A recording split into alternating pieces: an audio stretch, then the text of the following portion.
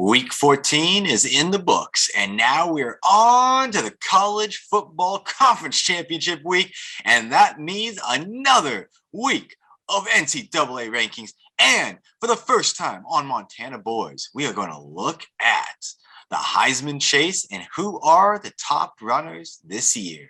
All on this week's episode of Montana Boys Sports Talk.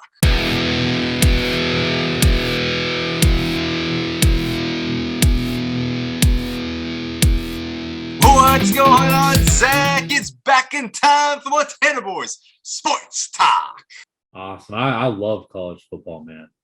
Absolutely. And oh man, this was such a great week in college football. It was championship week. It was rivalry week. We're getting ready for championship week. Yep. And it was a blast. Some awesome upsets this week. Some potential upsets that could have really shaken up the playoff rankings. But as it stands, it was a good week. I know for over here on my side, I look at this week's rankings and I really only had one huge change, and that was the fact that Ohio State fell out of the rankings, and for that I completely washed them away.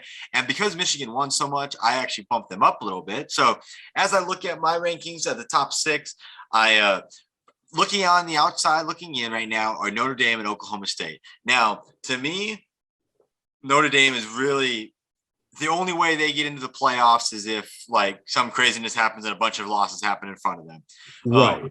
Otherwise, they still have that. They have the loss of Cincinnati, and that's what's going to hurt them, especially if Cincinnati's above them.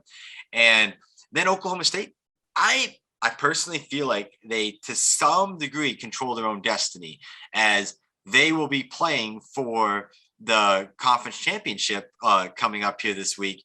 And if they can wind up winning their conference championship over Baylor, it really depends on how the Alabama-Georgia game goes, but I think that one could have a big factor in that one there. Number 4, I'm saying Alabama. They won a close one. It was a nail-biter, but they won, and give credit to where credit's due. They're a one-loss team that has beaten some really good teams, and ultimately, their season comes down to one game. It's against Georgia. If they win against Georgia, they're going to get in. If they lose against Georgia, I say they get out. It's pretty simple to me in that regard. And it feels like it's the same thing every year between Alabama and Georgia lately. It's that SEC championship. Whoever wins, it's in. Whoever loses is out, unless someone else loses a conference championship, and then all of a sudden they sneak back in. And it's like it's pretty impressive to see, to be honest. Yeah, it'll be interesting. I think right now, if Alabama wins, they both probably get in, unfortunately. Yeah. But if they lose, I see them getting knocked out of it by probably Oklahoma State, most likely. And then my number 3 team, we're going with Cincinnati. Cincinnati, I didn't move them down at all. I actually just kind of kept them in the same spot they were in my last rankings 2 weeks ago. They're still undefeated. They haven't had any big wins since then, so I haven't really moved them up. But I don't think they deserve to get knocked down because they haven't lost anything. They're staying consistent, and I'm all about consistency and keeping consistent where consistent's at. Number 2, I actually moved up quite a bit this week. Michigan, huge win over Ohio State. They do have the one loss, but I mean, it wasn't a bad loss. It was against another top 10 at the time, top 10 school, and it was a fair loss, I think. And if they win the conference championship this week against Iowa, you ask me, guaranteed spot in. And finally, I think it's a pretty consensus number 1. My number 1 is going to be Georgia. I think Georgia, as long as they stay undefeated, they deserve to be number 1. I mean, you're undefeated and you're in the hardest conference in the entire football league. Right.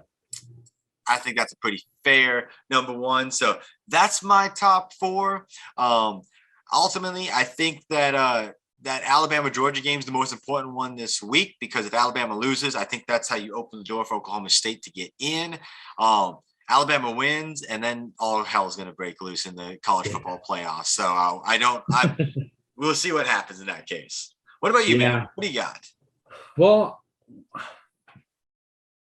pretty similar, but kind of just the placement of the teams. I've got Notre Dame at 6 and Alabama at 5.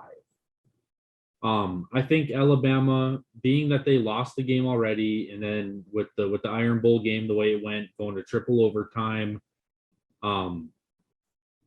I don't want to say they look vulnerable, but they kind of do in my eyes. They look like, they could be beat. If they lose to Georgia, they're done. That's a 2-loss team, and they're done. So I don't want to put them in my top 4 because of that. They look like they're I don't know. They look vulnerable. They have. Notre Dame, Alabama. Number 4, I've got Oklahoma State. Now, I know their one loss is kind of ugly, but they look really good right now. And I think going against Baylor for that conference championship, I personally think they're going to pull it off. And I think they're going to lock up that number 4 spot in the playoff. I think, in a sense, kind of like you said, I think they kind of control their own destiny, just because of, if they can win that conference championship, that's a Power 5 conference. If they pull it off, I think they've earned themselves, without a doubt, a spot in the playoff. The only way I see that coming in question is if Alabama beats Georgia. And like you said, then everything looks totally different. Absolutely.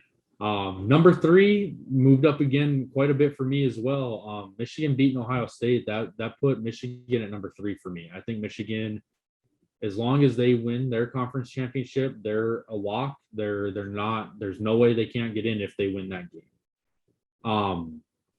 And Jim Harbaugh finally did it. He finally did it.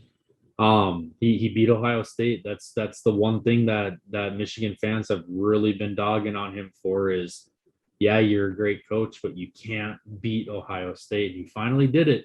And it might be the year that it gets them into the playoff, and that's pretty impressive. So I've got Michigan at number 3. Number 2, I'm going Cincinnati. I want to put them number 1. 2 years of regular season undefeated, blah, blah, blah. The last year doesn't count for this year. Cincinnati has looked really, really, really good this year. Again, my number 6 team, Notre Dame, their only loss is to Cincinnati. Cincinnati has been very, very good. Granted, they don't play in a Power 5, so that is going to hurt them. But I think Cincinnati, as long as they win their conference championship, I don't even want to say it, because I just feel like they're somehow going to get left out. But in my eyes, I don't think there's any way you can leave them out. And then again, like you said, it's pretty consensus. Number 1 is Georgia. Yep. Georgia has looked dominant all year. That defense is just wow. I mean, how do you score against a team like that? You can't beat them. I don't think Alabama is going to be able to. I think they're going to give them a run for their money, because I think Alabama is a good team, but I don't think Alabama is going to be able to pull it off. I think this is Georgia's year. They're finally going to knock Alabama out. And I see Georgia's number 1, Cincinnati 2. So I've pretty much the same teams, just in a little different order. Yeah, I think our biggest separation is really that Oklahoma State, Alabama, being that it's for a spot in the playoff. I just think the Oklahoma State loss to Iowa State currently holds more weight than anything else to why they are not a top 4 team. But as you said, I do believe they win the conference championship game. And then it just gets really weird, because especially what happens if Alabama beats Georgia and Oklahoma State wins. Do you push Oklahoma State over Cincinnati all of a sudden? Because I don't think if Michigan wins, they're in for sure. Right. Georgia wins, they're in for sure. Alabama wins, they're in for sure. Alabama wins, what happens to Georgia? You're not going to drop Georgia out of the top 4, but Alabama is going to be guaranteed in. Then you have Alabama, Georgia, and because I mean in this scenario, unless Georgia gets completely obliterated, I don't think there's any way they don't go to the playoff. I think they've already almost locked their seat in the playoff. And at that point, then you're like, okay, so Alabama and Michigan are winning in. And then you have Cincinnati, which I believe should be a win and in. But if Cincinnati and Oklahoma State both win, one of them has to be left out. And which one gets left out? Hey, and that's a hard call, right? Because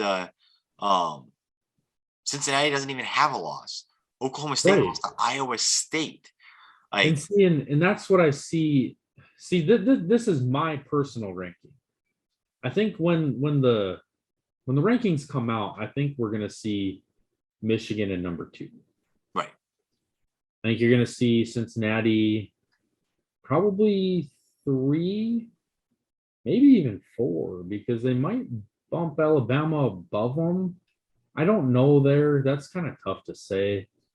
I mean, obviously Georgia's going to be number 1, Right. but it's tough because an undefeated Cincinnati team, I don't feel like it's right to leave them out of the playoff, but for some reason, I have this bad feeling that somehow, some way, they're going to sneak them out and sneak Alabama in there. If Alabama loses, there's no way they can get in. Let's just put that out there. Is there any possible way, if Alabama loses to Georgia in the SEC championship, do you see any possibility of Alabama making the playoff? Yes.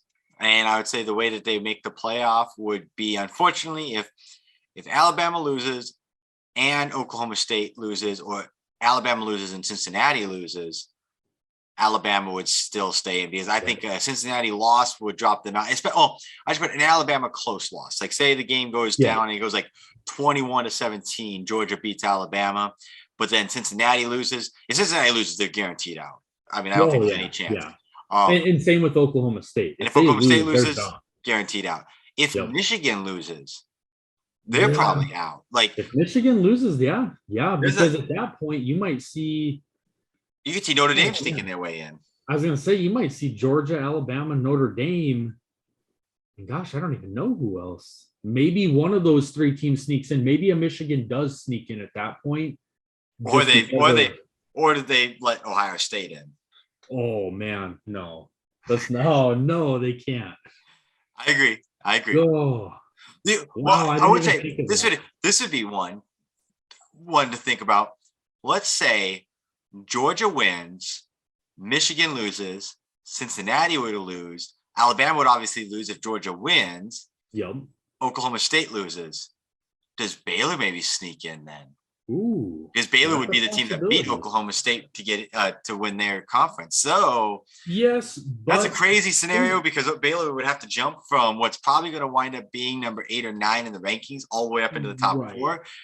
And we're talking a scenario where 4 different teams all lose in the same week, which is almost impossible, but just interesting scenario. Baylor is a 2-loss team though right now, aren't they? They are currently a 2-loss team. So see, in this scenario, Michigan would be a 2-loss team, Alabama would be a 2-loss team, Oklahoma State would be a 2-loss team, and Cincinnati would be a 1-loss team that's a non-Power 5 conference. Right, and that basically counts as a second loss, I guess. In reality, it counts almost like 3 losses. Yeah, the way the playoffs look at these things. And I don't agree with it, but I mean, we all know how the rankings go. We've seen it enough years now where these Power 5 teams or these non-Power 5 teams, it's so hard to get in there. And I don't agree with it. I wish it was different, but that's the reality.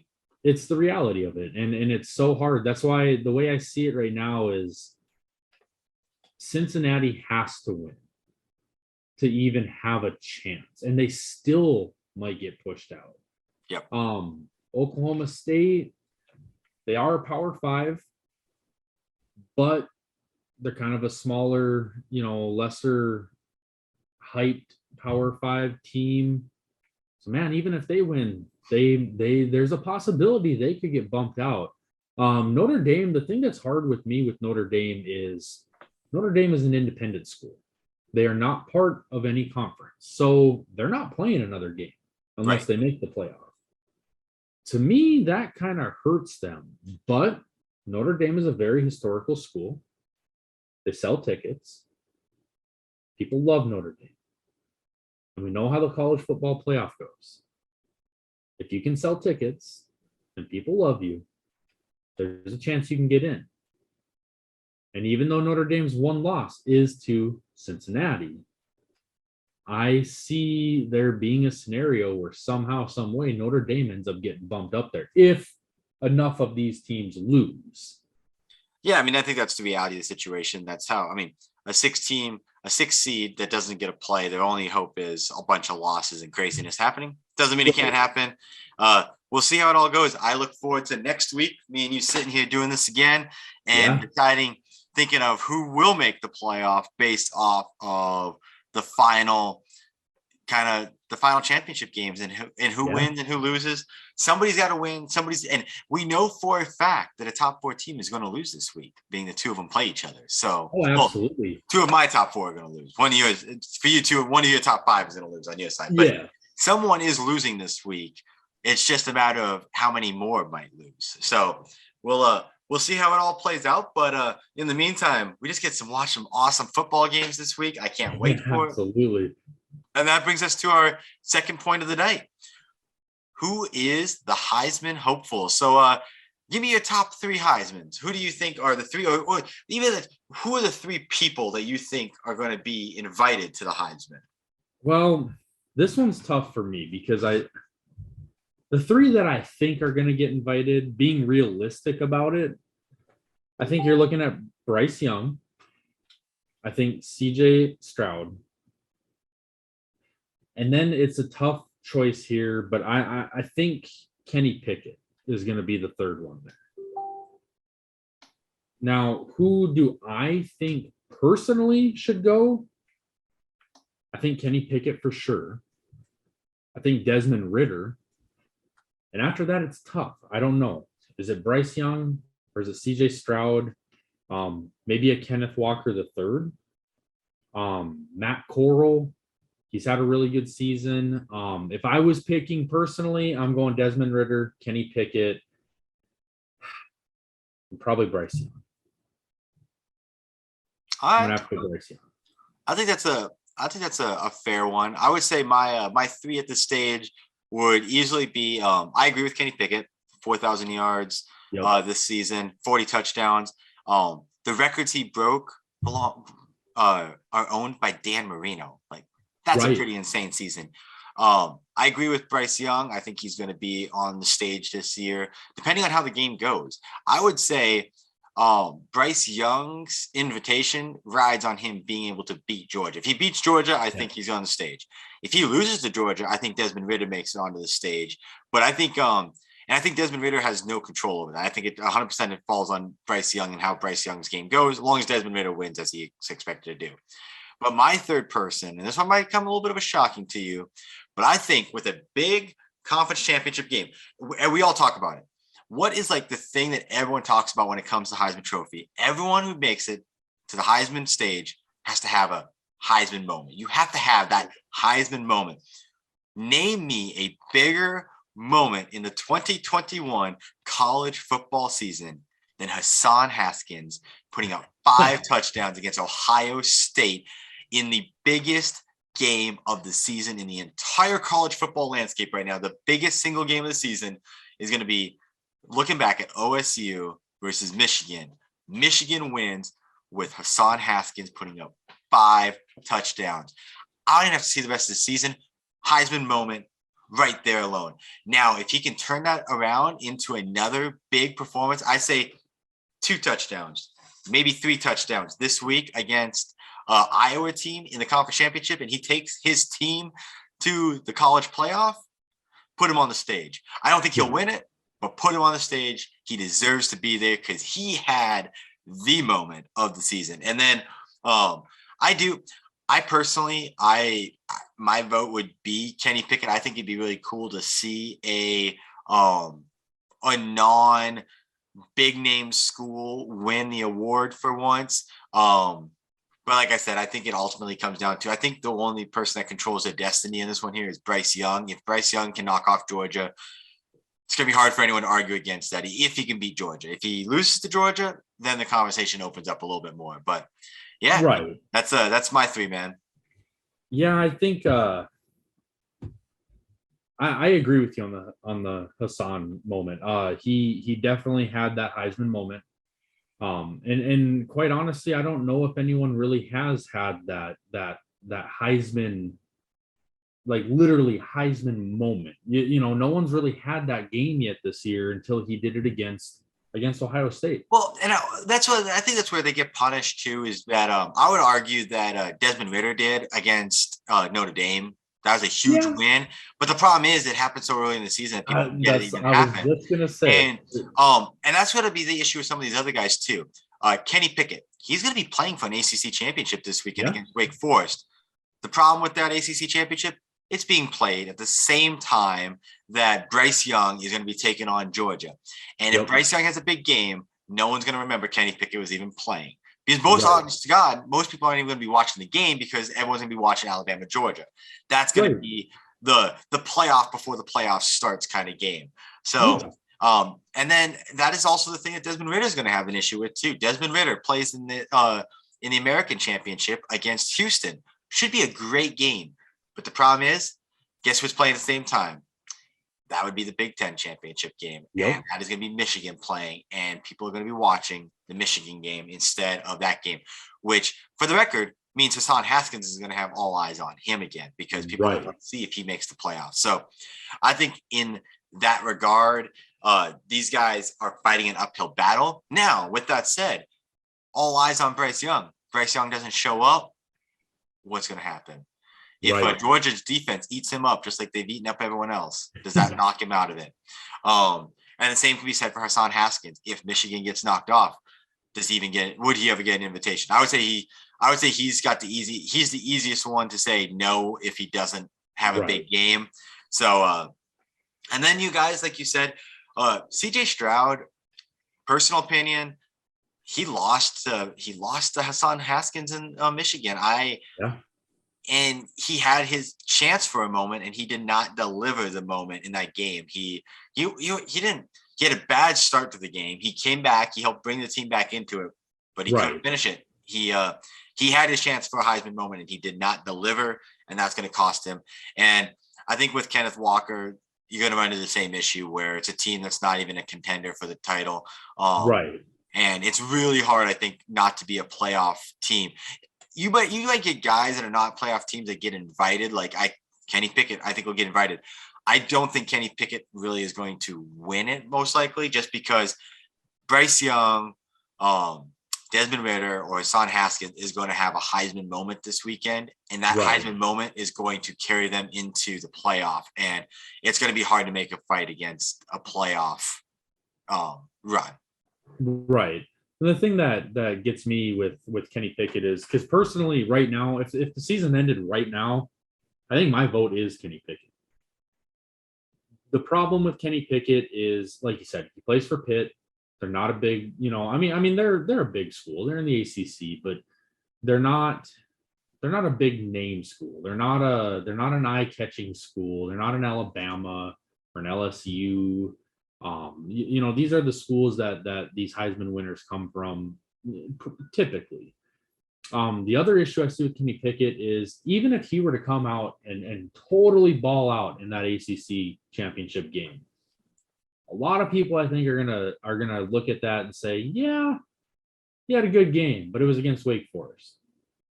And it's like, you're right, it was against Wake Forest, but Wake Forest earned their spot in that ACC championship. Yep. But it's Wake Forest, and I think that's going to hurt him.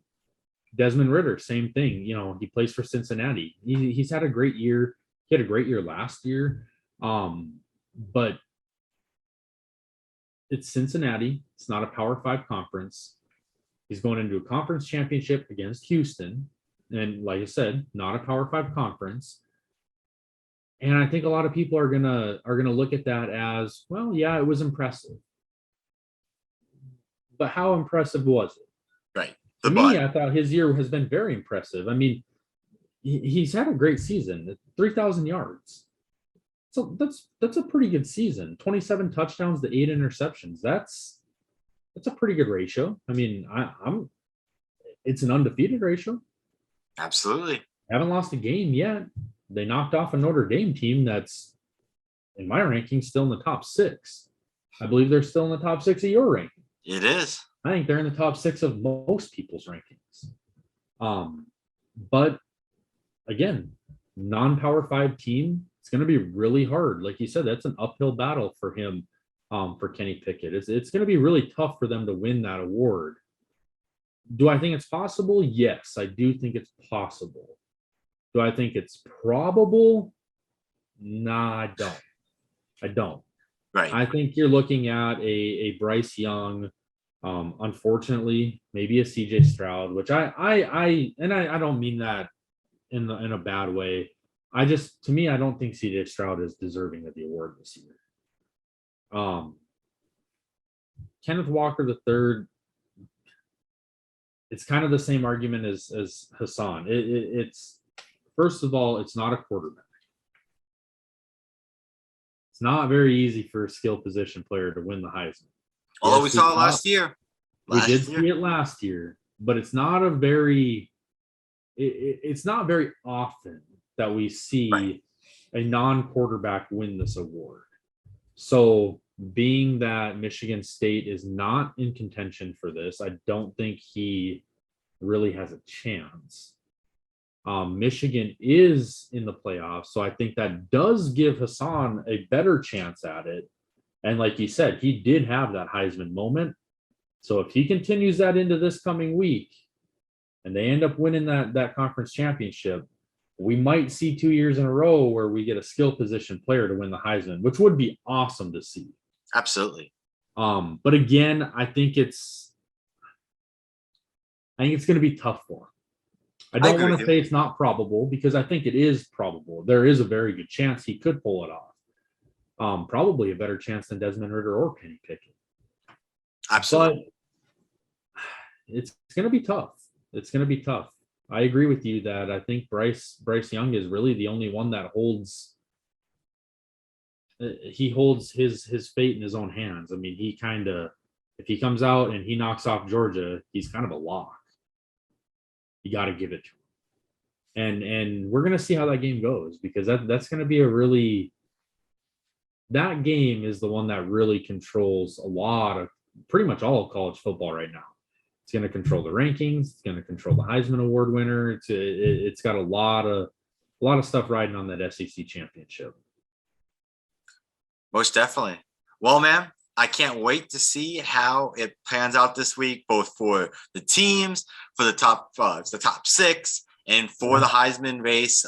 We'll be finding out next week. So I hope everyone comes back and joins the Montana Boys fantasy or sports talk next week here on the channel. It's going to be a great episode as we rewind and see how all the conference championships pan out. Until next week, until next time, have a good one.